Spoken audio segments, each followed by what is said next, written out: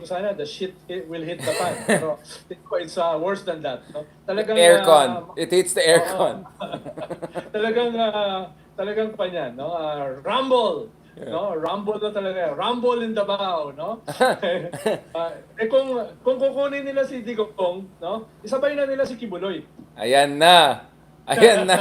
Ayan na. Kamusta mga ka-SMNI Pero natin? yung batay sa tanong mo, tingin ko almost point of no return na yan. Mm, Unless next itong month na ito ay sa budget hearing sa Senate, ibabalik nila yung hundreds of confidential. millions confidential tsaka intelligence fund, or hahatiin nila sa BICAM ng House tsaka Yeah. Congress.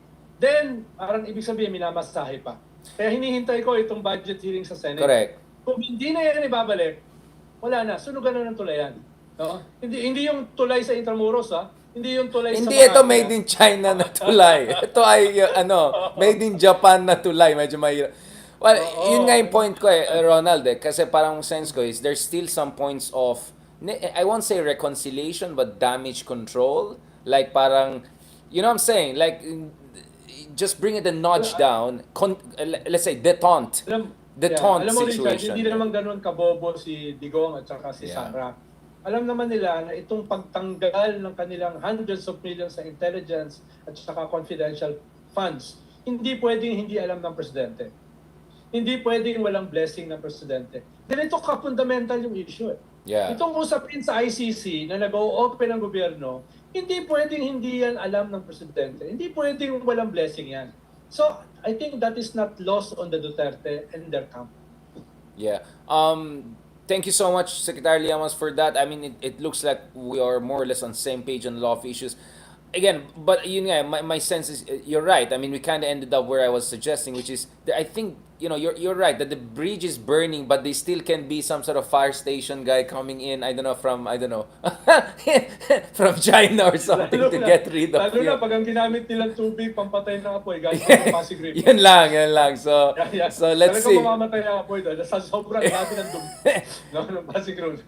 Exactly. So kasama pa yung mga janitorship na nilagay doon, mga kung ano na mangyari dyan. Nung mga dispersal ng martial law, pag ginamit na sa amin yung tubig ng Pasig River, ako, Right. takbuhan lang kami, walang matapang. Hindi Right. mo bubombahin ka ng tubig galing Pasig River? Yeah. Toxic yun.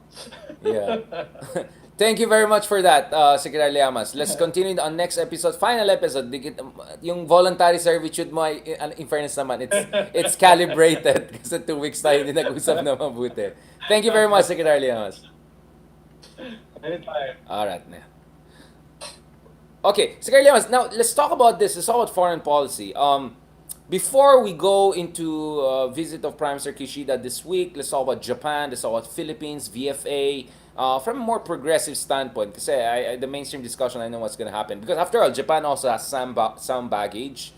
The comfort beam issue, among others, we have to discuss. Yeah. So, these are things that I hope our Japanese counterparts take into consideration as they push for closer ties with the Philippines. But before going there, pag-usapan natin ito yung ongoing crisis. Now, in defense of, in fairness, I mean, one of the things that impressed me, if not the only thing that has impressed me with Sara Duterte so far, is that she took a principled position in favor of a humanitarian ceasefire in Gaza, right?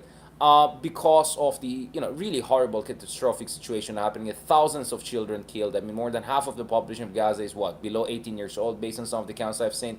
So if the current airstrikes continue, this civilian casualty catastrophe is going to reach unimaginable levels. No, as heinous and unimaginable the crimes were also in October 7 attacks. No, but in fairness to Sara Duterte, in fact, interesting, she ended her intervention with shalom, right? Because she also has Jewish background via her mother, and she visited Jerusalem back in the day together with her father. This is when the Dutertes were really supposedly the dominant force in Philippine politics. But she emphasized, now for the sake of children, for the sake of civilians, we have to have ceasefire.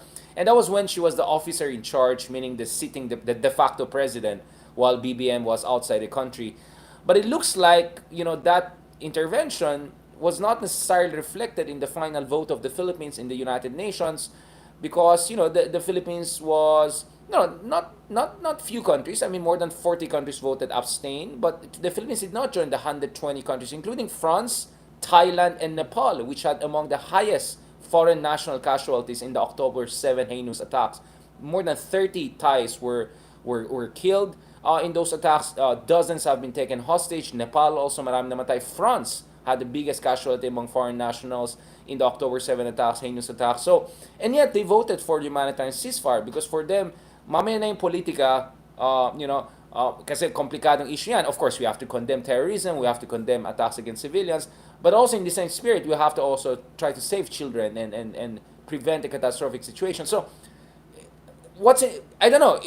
Can you say that Sara had a more quote unquote progressive stance on this issue than the BBM administration? Because the person in charge of our UN office is Lagdameo, not a career diplomat, ambassador, and I felt his statement explaining the Philippines abstention vote was not fully substantiated because abstention looks like safe, but actually it's not safe when many Muslim countries where millions of Filipinos are residing are very passionately behind this resolution. In fact, this resolution was led by Arab countries together with Brazil, the current president of the United Nations Security Council, our neighbors Indonesia, our neighbors Malaysia, our potential friend in the South China Sea against China. They all feel very passionately about Palestine. So I think if you're not going to join them in calling for a humanitarian ceasefire, medyo mag-effort ka na konti. I mean, of course, hindi naman tayo nag-join dun sa mga Tonga, Marshall Islands, and those kinds of countries that joined the 13 countries who voted against the resolution. But I felt as a developing country, as a global South leader supposedly, and the fact that Thailand also voted for ceasefire despite even their more horrible casualties in the heinous October attacks. I just felt it, did more professional and more robust kind of explanation than that. What is your take on this? The Duterte aspect, the BBM appointee aspect, our voting aspect. I mean, as a progressive Filipino, how did you feel about that vote? Well, una yung kay Sara, no. Ako naman I'm willing to give credit where credit Exactly. is due. Yeah, No? exactly. Sana lang ay ganun ang posisyon ni Sara dahil kabaliktaran yung posisyon ng Marcos government. Sana yun talaga yung kanyang principled position at hindi lang dahil yun din ang posisyon ng China. No? Dahil ganun din yung nag-unfold na position ng China. You're right. Can we pause on that? Because China, as I've written on this, sorry for cutting you there, just to be clear, China is presenting itself right now as the defender of the Palestinian people, as the superpower behind the Muslim countries. Yes. Just go on YouTube and look at statements of Wang Yi. He consistently talks about the plight of the Palestinians. Like, if you close your eyes, you would think this is a Norwegian talking, or this is a progressive from Germany, whatever, or a Democrat like Bernie Sanders talking. And you open your eyes, wait, China? Wait, what? Kamustang Xinjiang? Kamustang... Lalo na pag if you open your eyes sa Urumqi, sa Xinjiang, and you see the 2 million ethnic Uyghur, cleansing situation in a refugee camp, no? So, hindi ko naman sinasabi na mali yung kanilang posisyon. So you're thinking, Ronald, it's the China connection that explains this principled stance? Because, again, to give credit, I think China is making the right call, but I'm not sure that China is doing it purely based on good intentions because 50% of their oil comes from Arab Muslim countries. So, you know what I'm saying, right? Di ba? Yes. So, alam naman natin yung cynical politics eh. Kung ito yung posisyon ng iyong kalaban, doon ka sa kabilang posisyon. No? Sana principled, political, ideological yung position.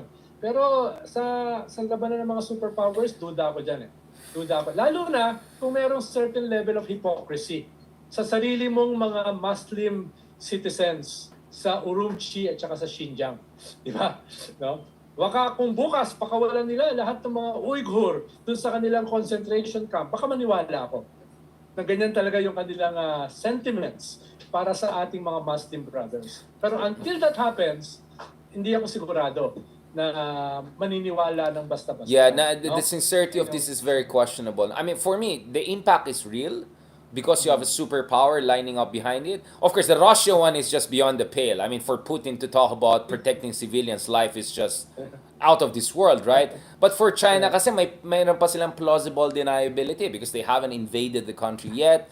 the Urumqi situation. They're shrouding it in all sorts of propaganda. They're bringing all of these YouTubers with minders, and the YouTubers go there to Urumqi or Xinjiang and say, "Oh, everything is perfectly fine." Of course, it's perfectly fine because you're guided by this guy to go to the perfectly fine people. Have you bothered to talk to people? In fact, I saw memes that talk about how everyone cares about what's happening in the Middle East, and then dun sa booth ng Uyghurs, no, with the flag of East Turkestan, no one is lining up there. So Yeah. as much as I care so much about what's happening in the Middle East with this recent conflict, I care about the children there. I also care about children in Myanmar. I also care about Afghan children being kicked out of Pakistan. I also care about children in Urumqi and Xinjiang and all of that. So, what I'm saying? Like, for me, that's true humanity. That, as much as we want to be balanced in terms of the current crisis in Gaza and all, let's not also forget the plight of other minority groups from Rohingya in Myanmar to No? Urumqi, Pero ang Xinjiang, usapin kasi Uyghur. yun dito, Richard, is not about scale eh. No? Ang usapin dito ngayon, 24/7. No? Ito yung nakikita mo Yeah. sa lahat. Social media, you see children being brought out of the rubble eh. Diba? You see a refugee camp. Nakita mo ba yung crater doon? Not even Superman can survive that missile attack. Diba? Yeah. Ayun, yun yung sinasabi natin. Tapos sasabihin, all of this is done for self-defense. What self-defense are you talking about, di ba? We asked them to leave. They didn't leave. Ibig sabihin, kasalanan pa nung natunaw ng mga biktima dun sa napakalaking bomba na yon. Kasalanan pa nila dahil hindi sila umalis. Saan sila pupunta? Sarado yung buong Gaza. Di ba? Right. Mismo nga yung mga umaalis na mamatay eh. Ilang pamilya yung namatay na umalis sa lugar nila para pumunta daw sa safe corridor. Patay! 19! No? Isang pamilya, ubos. So, yun yung problema rito. And Ronald, just to be clear, Hindi tayo pwedeng mag-abstain. Yeah, just to No? be clear, so the borders are controlled essentially by one and a half country, right? Mostly Israel, but also Egypt. But the Rafah Yes. border is important because many Palestinians are scared if they leave their homes, go to Sinai Hindi Desert, sila whatever, makakabalik. di na sila makabalik, which is Yeah. something quite familiar to them because 1948, if you look at the whole Nakba discourse, so yung mga nagsabi, kasalanan nila kasi di sila nag-move. I mean, first of all, 2 million people moving with this small... Di ba? So, tingin ko, ang problema kasama sa collateral damage dito is the US. No? Which is very isolated. Sobrang isolated ang US. Even within the Democrats, Wala talaga. Oo. Actually, yung progressive movement sa Europe, hating-hati.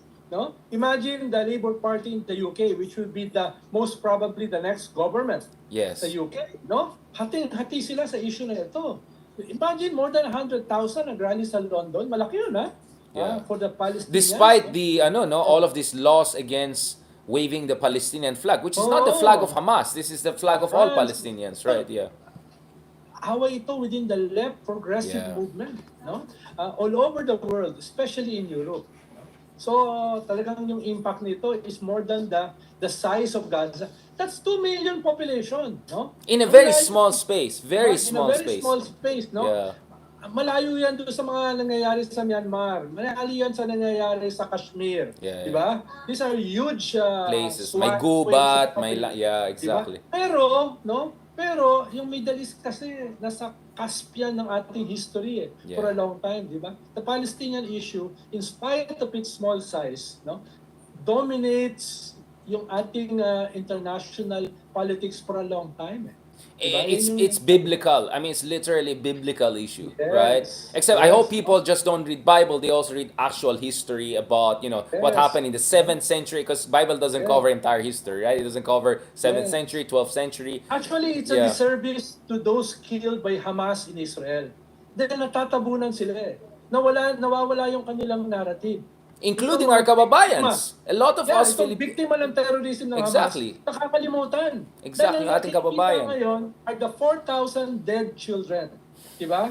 The 7,000 to 8,000 dead civilians. At those huge craters na wala talagang bubuhayin. Yun ngayon ang image Kawawa naman yung mga pinatay, yung minasaker sa Israel ng Hamas.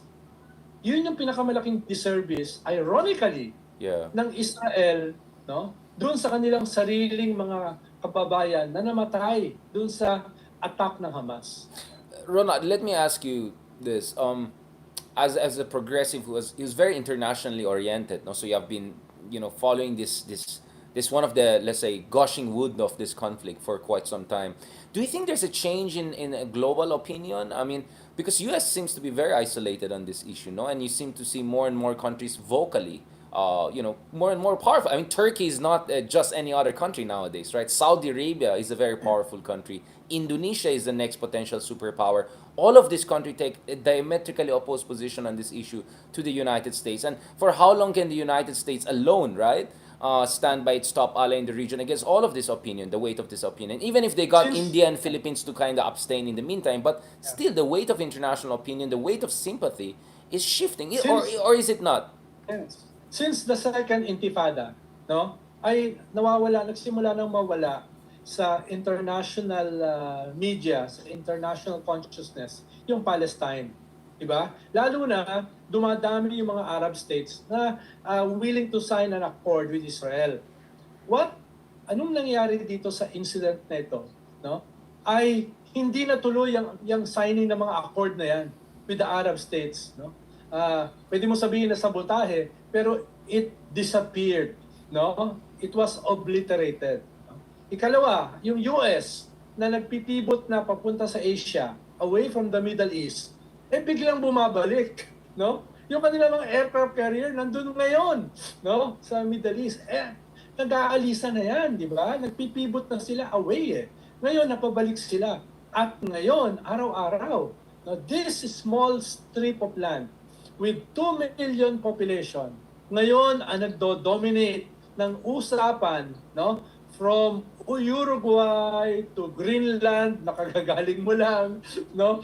To everywhere. I saw Ito ang many Palestinian pinag-uusapan. flags in Yeah? Stockholm. I saw many pro-Palestinian graffiti Diba? in Copenhagen. So, it doesn't leave. I mean, honestly, when I was in Greenland, because parang desierto siya, di ba? And in the Middle East, actually, it snows. People don't know that. But in northern regions of the Middle East, snow. It actually reminded me of the Middle East. And so while I was in Greenland, I was thinking all about this and listening to Ezra Klein and the Jewish progressives, Democrats in America talking about. I mean, for me, kasi ang fear ko, Ronald, here is a global culture war of anti-Semitism and Islamophobia going to new heights, and none of these communities feeling safe. I mean, one of the tragedies is one of the first victims of the this latest round of culture wars was a rabbi. Was it in Chicago, if I'm not mistaken, who was actually an interfaith advocate for stronger solidarity between Muslims and Jews in America, and she was targeted. I mean, it's just so sad. This anti-Semitism, Islamophobia, it's horrible, and you could see the Biden administration is all over the place, right? One day talking about Yeah. Israel, the next day talking about Islamophobia and fighting it. Like you could see they're scrambling. They don't know what to do because you cannot choose a side anymore. In a sense of Yeah. you really have to balance this because the Islamic world is too powerful to be ignored At tingnan, nowadays. tingnan mo kung paano sinasakyan ng mga reactionary forces. No? Like Putin. Russia, Tingnan mo yeah, yung China, yeah. anti-Semitism dun sa Russian airport, di ba? No? It's just a start.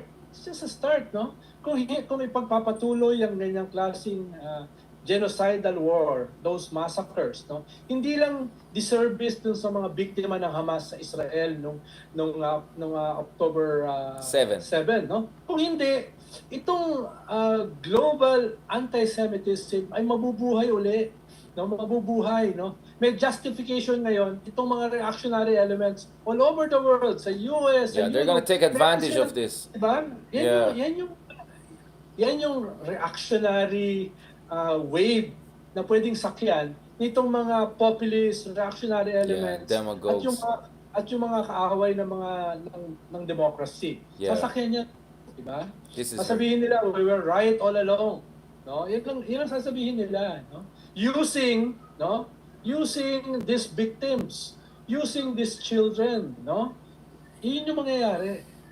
Yun nga, I mean, I think there was an attack on the Israeli embassy personally in Beijing, if I'm not mistaken, right? And there were a lot of reports of very anti-Semitic statements also circulating on Weibo, the Chinese version of Twitter and Facebook. So this is really worrying where this is going, and we know anti-Semitism is also very strong in countries like Russia, among others. So yeah, I'm worried about this for our Jewish brothers and sisters. I'm worried also for our Muslim brothers and sisters because this conflict really, as you know, it has a psychological and moral impact like no other, right? Even though this has been around for very long, but now, yeah, you're right. The images of children dying, images of, just scores of civilians being killed here and there. It's just something that. It's hard not to see people being moved by it. I mean, just look at the massive protests in Turkey, a NATO member. Look at what Erdogan is saying. I think Bolivia already withdrew their representative from Israel, so it's possible Arab countries that signed the Abrahamic Accords may also reconsider it. United Arab Yes, Emirates, yes. Morocco, Jordan, among others. I think Jordan is also signaling that they may do something drastic. I think recalling their envoy also is one of the things being considered as we speak. So wow, this is big. This is big. But Yeah. this is, Imagine yeah. Biden saying na hindi siya naniniwala dun sa mga casualty reports. Pero nabash siya Diba? talaga doon, Hindi, no? diba, Yeah. hindi siya imagine Kirby, no? Yeah. National Security Advisor Kirby Yeah. saying, di ba? Na itong Yeah, inaayos ko lang yung inaayos ko lang yung battery ko. Please go ahead, yeah.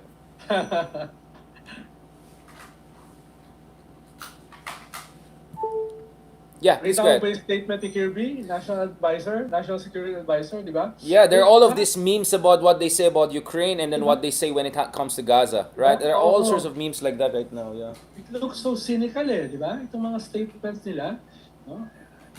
Itong mga to naman, they are media savvy. Di ba? Yeah. Bakit nag-deteriorate sila ng ganyang katindi, no? In their speeches, in their presentation, in their justification, no? Parang yung Philippine government, yung kanilang paliwanag doon Parang Harry Roque. Parang Harry Roque, right? Diba? It's so phlegmatic Di ba? Yeah. Yung, dapat ayusin naman. No? Ayusin naman, no?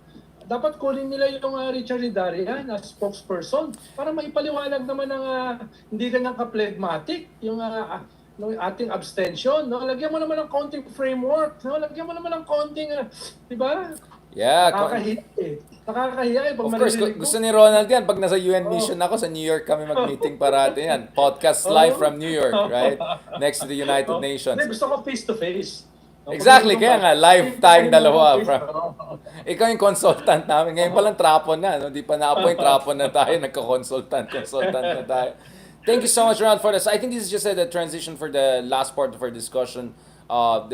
Medyo bumabawi tayo. Of course, Prime Minister Kishida is now in town. So Japan seems to be also stepping up. In fairness to Japan, in fact, yes, they abstained dito sa latest vote sa ceasefire. But if you look at their initial position, it was quite nuanced. In a sense that we have to condemn acts of terror against civilians, but at the same time we should look at the root causes of problem. We should look at two-piece solutions, so on and so forth. So Japan, unlike the United States, it's not a Western country really, right? I mean, it's considered part of the West, but they are an Asian nation. They understand the sentiment of Asian people. I think they're very much in touch with how we in the non-Caucasian, non-Western world, have very different feelings about things, especially when we feel that a life of a person who doesn't happen to be part of the West is not treated equally, and sometimes far from equally compared to a life. So, and I'm very glad that Senator Bernie Sanders, among others, reminded the President Biden that every life matters. Palestinian life, children's matter just as much as an American life, or just as much as a Jewish life or Israeli life. So this is a civilian life, right? So this is what we're talking about here. Now, what is your sense with Japan? What is the game that Japan is playing? Because Japan is now pushing for a visiting forces agreement with the Philippines to push it up to the next level. But Japan also has skeletons in its own closet, right? I mean, have you been to Yasukuni Shrine and their version of Second World War? Pretty revisionist. No full, apologies in terms of the comfort women situation here. My own grandmother was partly Chinese. I mean, they were very targeted badly back in the day because in Ilocos region, the hook was very active against Japanese. So my grandmother, she's like 86-year-old. She can still sing the national anthem of Imperial Japan because she used that to save her parents from being buried alive. That's how brutal the history of Imperial Japan was in this part of the world. Now, of course, they did a lot of good things. They essentially turned into a Hello Kitty, this nice, cuddly cartoon kind of giving you money. But the reality is that once we talk about VFA and security cooperation with Japan, right? The last time they were here militarily, they didn't do very good things, right?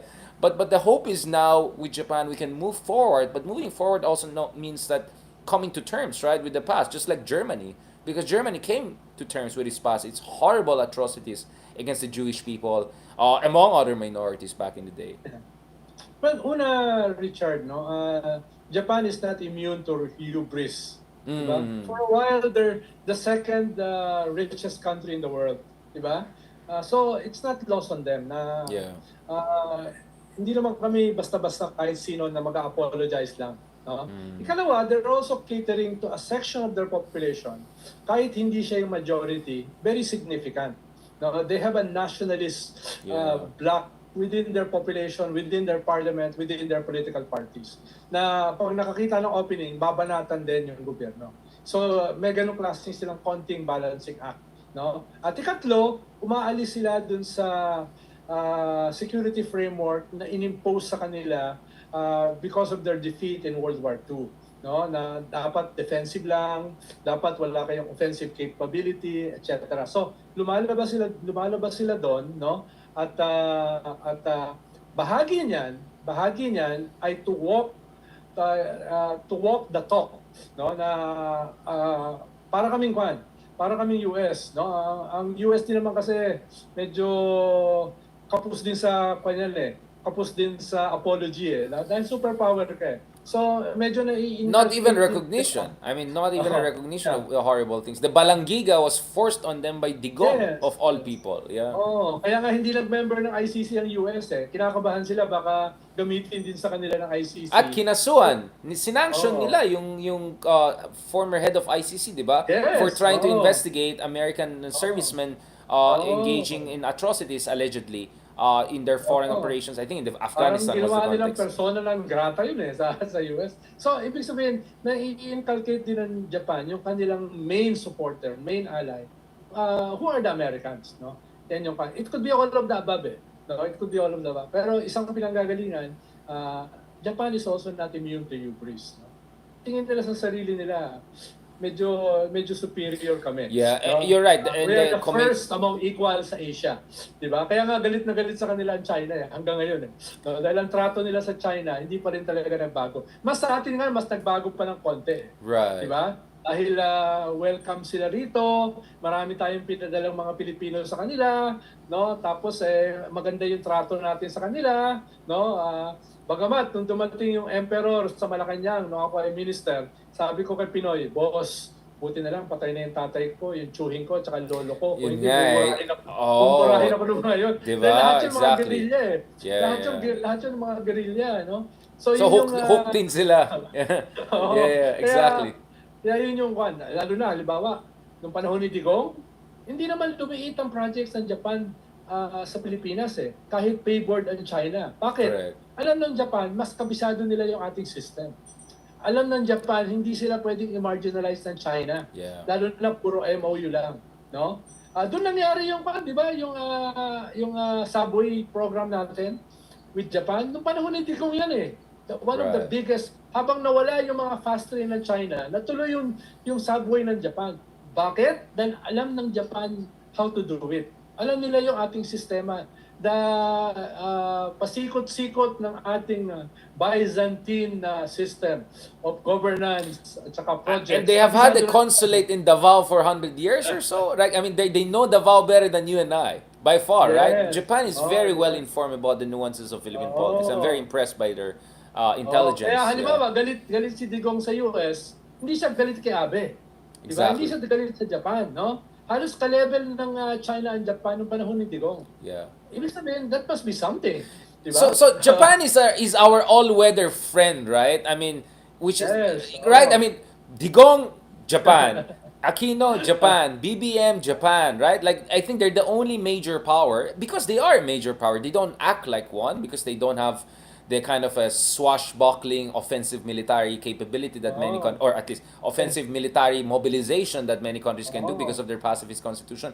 But even that is changing, right? Because Japan is realizing hindi ka pwede umasa sa Amerika for long. And speaking of hindi ka pwede umasa sa Amerika, pag-usapan natin ito, Ronald, no? Because I think I'm among very few people who keeps on coming back to this issue. we in the Philippines should care about what's happening in the Middle East for many reasons, of course, on a moral basis. Also because we are worrying about a greater conflict if this spreads beyond. You already see Houthis, for instance, from Yemen trying to get involved. Hezbollah is already looking at its next move from southern Lebanon towards what's happening in Gaza.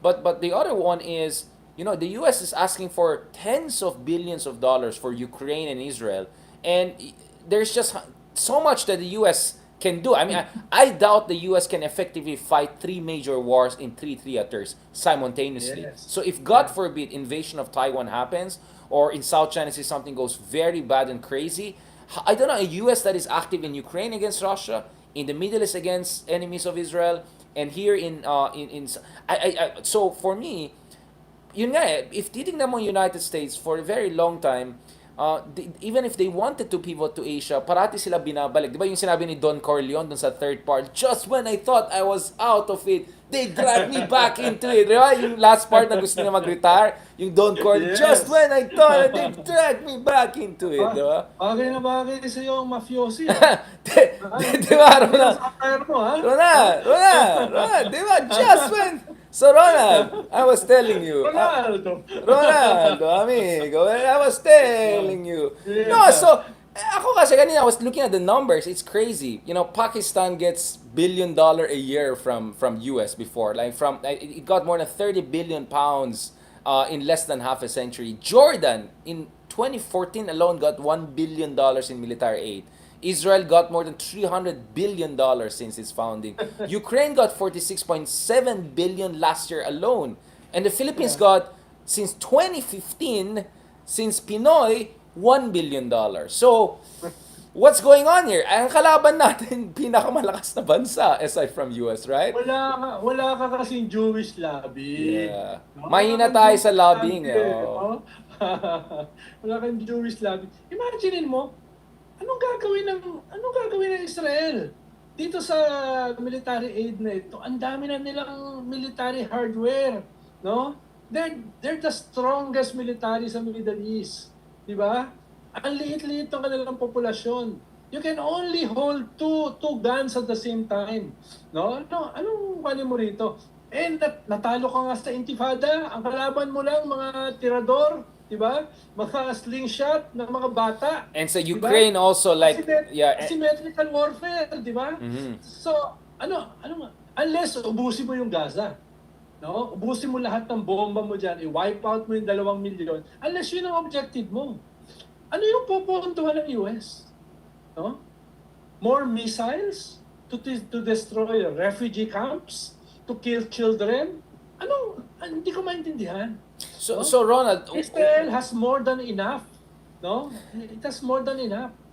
So Ronald, if your argument, and of course, there's also the Ukraine aspect with Russia. It's effectively a deadlock, right? I don't know how the Ukrainians are gonna pierce through etong defensive position. Russians were horrible in invasion, but they're much better in defensive position. Scorched earth tactic. They did that to Napoleon. They did that to Hitler. So they're pretty good in that defensive, aggressive scorched earth position.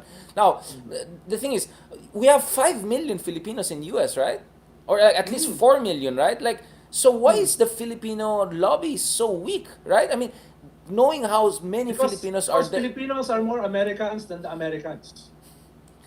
Ha? Right. Makikita mo yung mga flag sa mga PhilAm sa kwan eh. Ang laki ng US flag eh. Kasi Yung laki mga ng parking lot. flag eh. Diba? Tayo, may mga flag eh.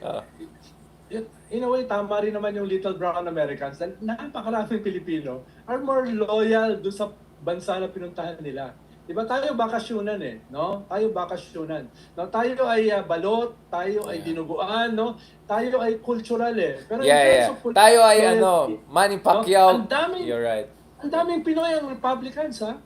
There are more Pinoys who are in the Republican Party than in the Democrats, no? Imagine mo na anti-immigrant itong partidong ito. Tapos napakaraming Pinoy yung nandyan.